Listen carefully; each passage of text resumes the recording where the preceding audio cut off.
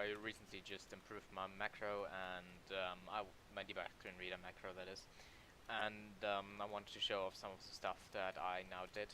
I mostly just cleaned up the code, but I've also added some more stuff that should be noted because it's potentially breaking for macros that have already been done with the old version of this macro. So yeah, just wanted to mention that.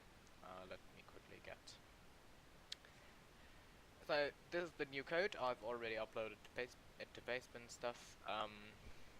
For the new setup thingy, I think I'm gonna have to upload it too. But the following things were added. One sec. So what did I actually add? Right, I added support for 1.7. So if you now set the whole thing up, you actually also are asked in which version you are. If you're in 1.8 plus, some things will be done differently from when you're in 1.7. Also in 1.7 you can't get the, what is it? Yes, pitch of the player because it's not in the F3 screen. So the only thing to note really is this part down here, which is basically just doing what I did manually with a lot of code to read out the numbers, entirely automated and customizable. So this works with any number that is using a decimal comma and not a decimal point. Like as you can see, most numbers in the F3 screen are actually using decimal commas. Actually, I don't think there's one that uses a decimal point in 1.8 at least. In 1.7 that's a little different. There's one with a decimal point, so I had to revamp the whole thing. Additionally, this doesn't support floating point stuff because it has to be always the same number of digits after the comma. So yeah, that's one of the things you have to give it to. But then it also has this byref x out. That's basically just me getting the x out of the whole thing again, because like that I can easily go from one number to the next. Because I can't always tell how many digits that one number has, right? So yeah, and that's just me here checking all the numbers that are before the comma. If there's a comma, I will override the number and run a few and check for the numbers after the comma, and then I just sum the numbers together and then return the proper number.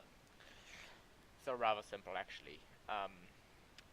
But took me quite a while to figure out because this code is a mess to debug because of all the whiles. By the way, I know I could have used for loops here, but they're really weird in AutoHotkey and I don't quite get how they work.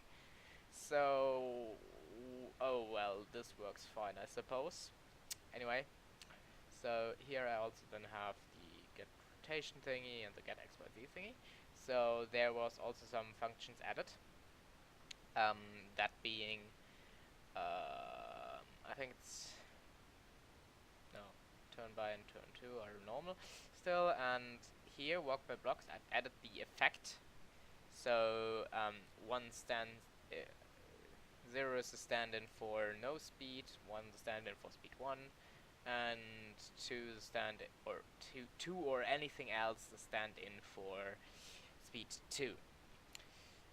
I just modify the time I'll walk with that value then every time.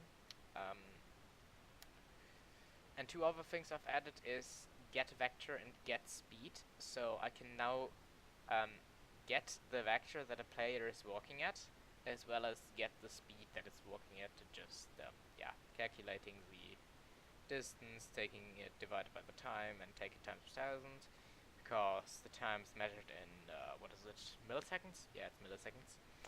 And I want to use meters per second, so I just take it times 1000 here.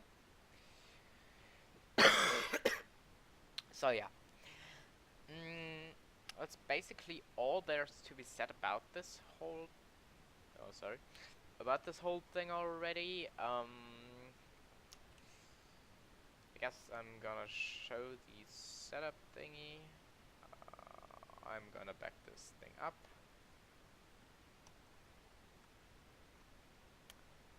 Yeah, that should be fine.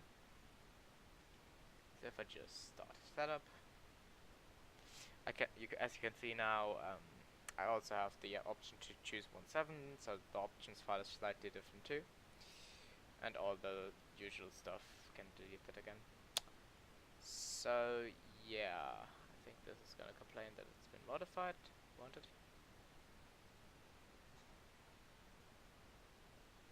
Yeah, that's alright. Let's delete that. No, what was that now? New. No, no, no. Undo. Sorry. So yeah, I guess that's all there's to be said. Um, yeah, this last section was a little derpy. Anyway, I guess you're gonna understand what you need to do. So, bye.